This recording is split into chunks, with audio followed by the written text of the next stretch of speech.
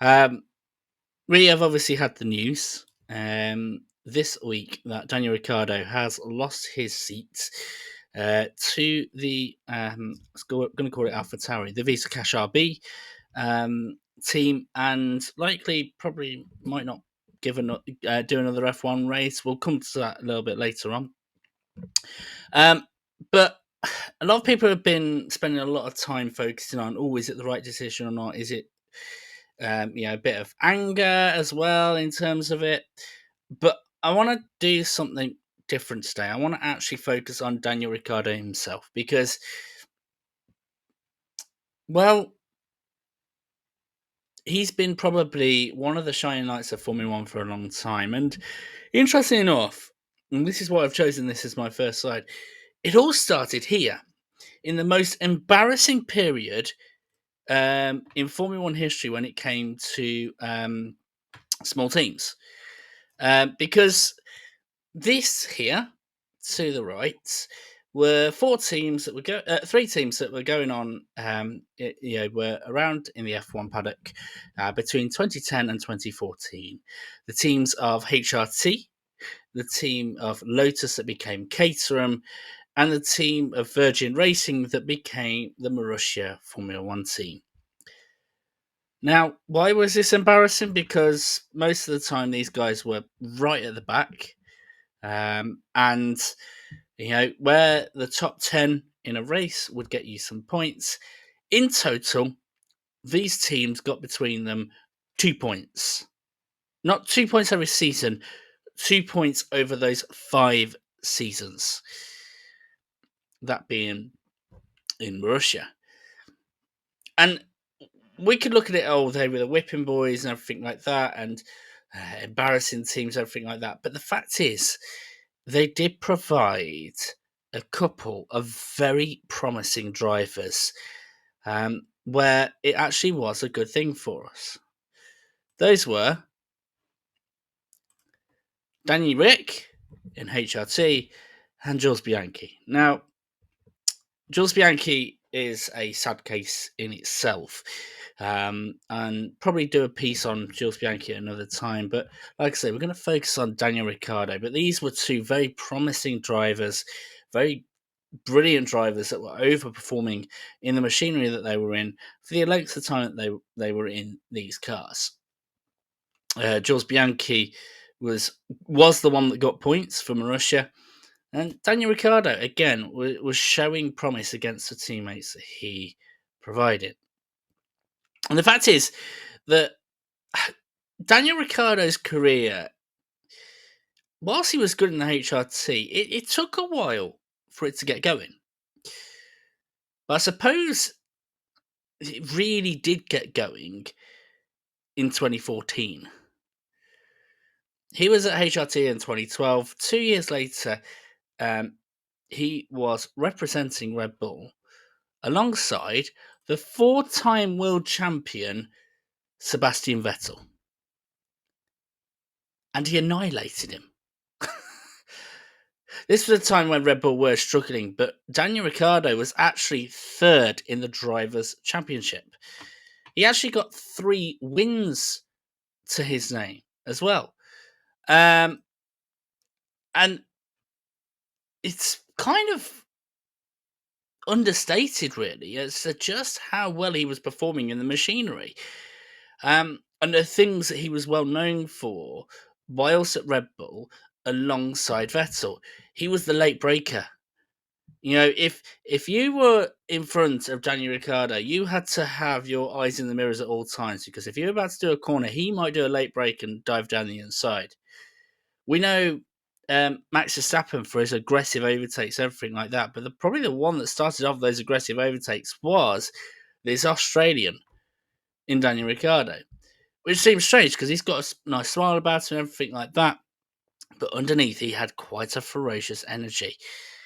He kept on getting wins. He kept on doing well. He got this term, the Honey Badger. And, I think the best way to sort of describe him is almost in a picture. The picture that's probably he's most famous for, which is this one, at Monaco. This was Red Bull at their most joyous, in my opinion. Yes, they didn't get loads of wins. They didn't win world championships at this point, but they were an enjoyable team to watch. They were the underdogs. They were the second best team, sometimes the third best team, and yet they were pulling wins out of the hat.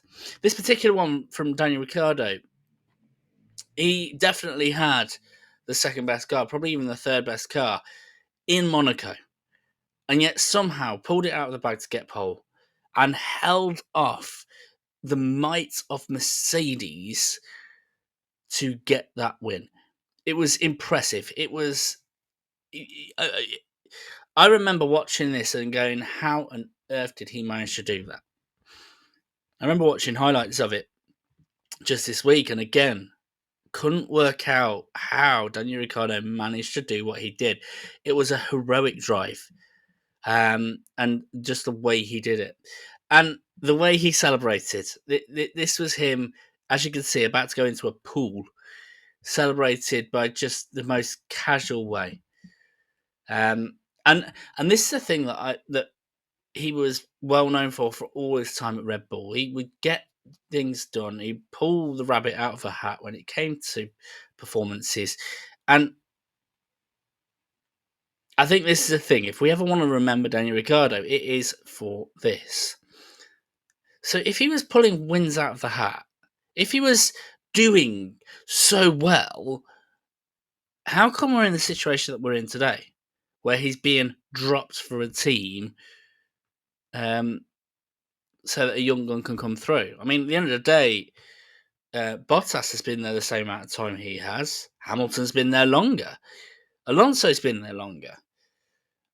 What's going on? Why are we talking about Daniel Ricciardo almost being as a flop now? Well, I kind of get the feeling that he didn't really help himself, especially in these days. Now, we don't know the stuff that happened behind the scenes, whether he was the token in agreements or anything like that, but ultimately, he was transferred over to Renault, a midfield team, and managed to get a podium, with a couple of podiums, I think, actually, which was quite impressive. And I think as a result, his boss ended up getting a tattoo because of it. And he was seeming to settle in again. And then he moved to McLaren. And don't get me wrong, yes, he won a race at McLaren, but it felt like he moved from a team that was perfectly suited to his driving style to one that didn't. It's one of the things we don't really notice that much, is that all these F1 cars, they look the same, but they have a completely different way in where their strengths are, where their weaknesses are, the type of corners that they do, and it didn't work to his favour.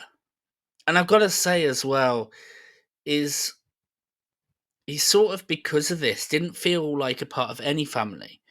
He says to himself that he wants to be part of the Red Bull family, which is fine. But he spent time with Renault. He spent time with McLaren, and then moved back like the prodigal son. Ever since he left Red Bull, he didn't feel settled. And I find this kind of sad, really, because, I know he was up against Max Verstappen when he was at Red Bull, and probably would have struggled to keep in touch with him. But that could have been a brilliant driver pairing. And yes, there's politics behind the scenes, whether Daniel Ricciardo moved over to Renault because Red Bull were dropping Renault, I don't know. But he sort of got passed over, and I don't think he helped himself in these side of things. And that's where we've got to today. It is sad. It is genuinely sad.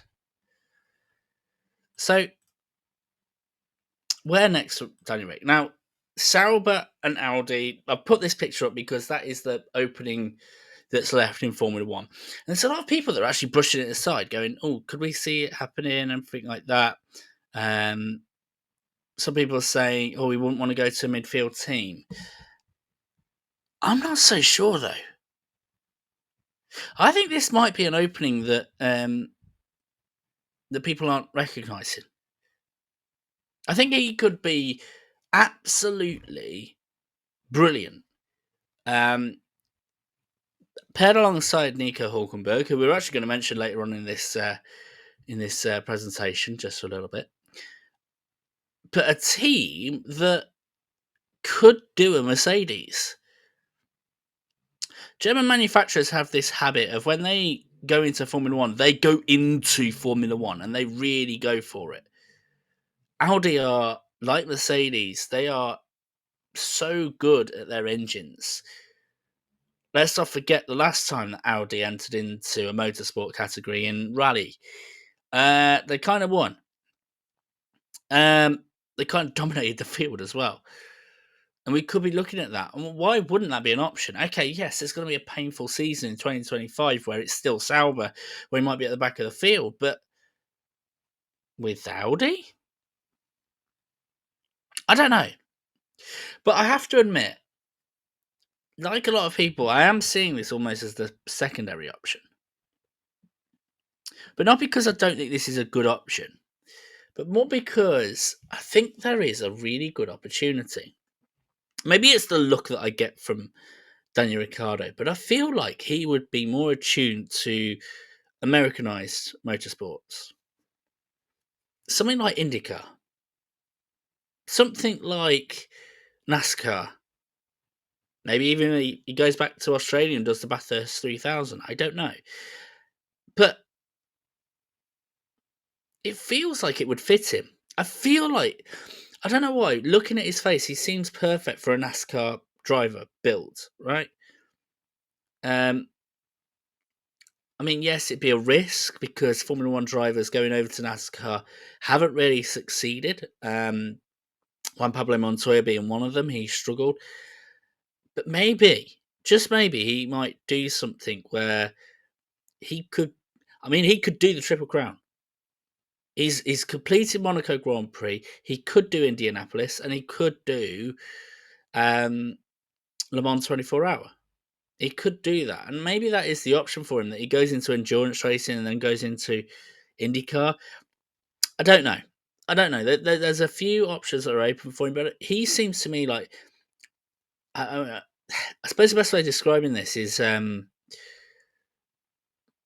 I almost described Verstappen a year or two back. He's not necessarily a top Formula One driver, but he's a top racing driver. He has the ability to translates the wrong word.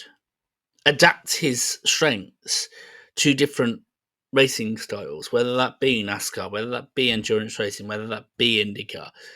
And maybe that is the way he goes forward. I mean, NASCAR, again, in that option, Dale Earnhardt is his hero. That's why he's got the number 3 on his car. Maybe he follows in the footsteps and does a Dale Earnhardt in NASCAR. I don't know why. I like the idea of Daniel Ricciardo being in a NASCAR in the Dale Earnhardt colours. I like the idea. But let's forget about next steps for a little bit because, like I say, we've been focusing a little bit on what he did and his legacy as a racing driver. And now I want to focus on how his legacy is sort of going to live on and what he was known for. See, one of the things he was known for and will continue to be known for is his humour. And funnily enough, we'll still sort of be talking about him a little bit later on through these two drivers. Because it's thanks to Daniel Ricciardo that we know these two drivers as Pierre Gasly and Nico Hülkenberg. That's Daniel Ricciardo that did that, and you will actually see, if you watch YouTube videos of people talking about Formula One drivers and ranking Formula One drivers, they don't refer to these drivers as Pierre Gasly and Nico Hülkenberg. They refer to them as Pierre Gasly in the same way that Daniel Ricciardo used to, and Nico Hülkenberg. Danny Ric has basically left his mark on Formula One just for the fun that he provided, the comedy that he provided. He was a laugh. Who can forget things like him riding into Texas on a horse at the American Grand Prix? He was daft. He was hilarious. We loved him for it. And loved being the Joker of the pack. So that was almost like sort of the honey badger in his prime. There, it was where he was just having a laugh, happy to be part of the fun in Formula One, and he was the fun guy. And that's one of the things that we're going to miss. But I think one of the things, and I suppose this makes him closest to a human in this, because we all like to joke around, but we're all also a little soft on the inside. And this is where I wanted to talk about this, that of his soft side. And it's through Natalie Pinkham. Natalie Pinkham's obviously the one on the left. And how him and Natalie, or Natalie, showed that he had such a kind heart about him, such a wonderful soul about him. Like, she did an interview, I think it was it either this year or last year. So Natalie Pinkham joined like the F1 paddock at the same time that Ricciardo did. Ricciardo as a driver, and Natalie Pinkham as part of the broadcasting team. She's still part of the Sky Sports F1 team, and I think one of the underrated broadcasters, individuals in the broadcasting team as well. And she mentioned about the fact, firstly, that she wanted to bring a boyfriend along with her, and so Daniel Ricciardo brought the funds and basically said, "Yeah, you can come with me. You can be my special guest." And so brought a close friendship between the two of them on that side of things. But it was also something else that Natalie Pinkham spoke about that showed his kind-hearted nature, because Natalie Pinkham and that boyfriend, they end up getting married. They end up having a kid. I've got a couple of kids actually. And Daniel Ricciardo called Natalie to say, "Can I come over?" And Natalie said, "Well, I'm not at the home." And Ricciardo replied and basically went, "Well, I'm actually coming to see Wilf, your little one. I want to look at. I want to say hello to him." And basically became a godfather to Natalie Pinkham's son, Wilf. Such a kind-hearted soul in that. There's actually YouTube videos and TikToks of them having fun together. Obviously, Natalie Pinkham giving her permission for that side of things. Where, yes, he was a joker, but if you needed something, if you need support, he would be the one to turn to. That, yeah, he was someone that was brilliant on the brakes. Always the last on the brakes. But yeah, the fact is, there was a kind-hearted soul beneath it, and you sort of saw it in his last interview at Singapore. He was in tears, and I think he was more in tears about the fact of, I don't think it's fair that you guys don't know yet, because we didn't know until this week. We didn't know at the start of Singapore Grand Prix that he was going to be his last race. So I felt like he was more in tears over the fact that he was having to hide something than anything else.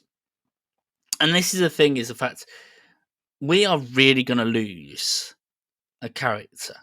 Yes, he didn't perform well at all, but we are going to lose a character in the paddock. Daniel Ricciardo was brilliant. He was fun. The drivers, no one disliked him, right? There's people that dislike Lewis Hamilton. There's people that dislike Max Verstappen. People that dislike quite a lot of the drivers in the paddock, whether that be Lando Norris or George Russell or Fernando Alonso or Lance Stroll. But you'd be hard-pressed to find anyone who disliked Daniel Ricciardo because of the type of guy he was. And I want to sort of just finish this off just a little bit by having a little rant a lot of you guys know that I've already had enough of a rant about the fact that Andretti Formula One wasn't allowed to be an extra team. And I sort of want to go back to that because at the end of the day, without these three teams, we might not have seen Daniel Ricciardo. Without these three teams, there weren't the opportunities. And yes, there was some busts, you know. Kamui Kobayashi, it was the tail end of his career anyway. Max Chilton wasn't good. Charles Peake was okay. Green Chandok didn't perform as well as expected. But ultimately, Jules Bianchi, Daniel Ricciardo, they wouldn't have had their chances without these three teams. Sometimes you need an extra team just to give drivers an opportunity to race.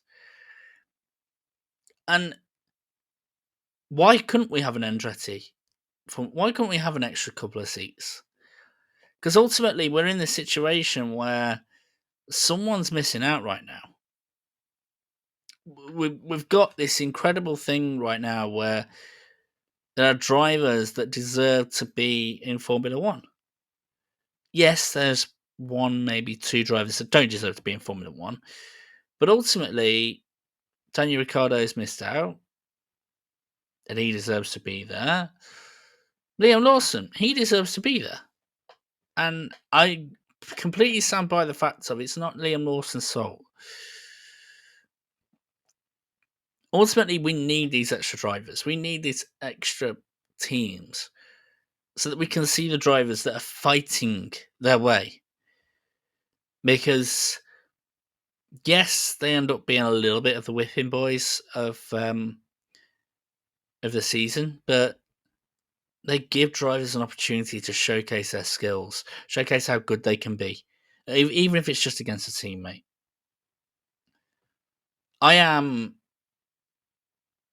I was embarrassed. Remember watching these, especially as the fact I love Lotus, and it felt like it was a stain on the Lotus name. But ultimately, they did provide an opportunity, and I am so happy that I got to watch Formula One at the time that Daniel Ricciardo rose into Formula One, because there seems to be nothing that guy can do wrong. Nothing at all. Absolutely brilliant guy. So, Daniel, thank you. Thank you for providing us with the fun, the kindness, the empathy, and the comedy of Formula One for the past 12 years. To all of you out there, take care.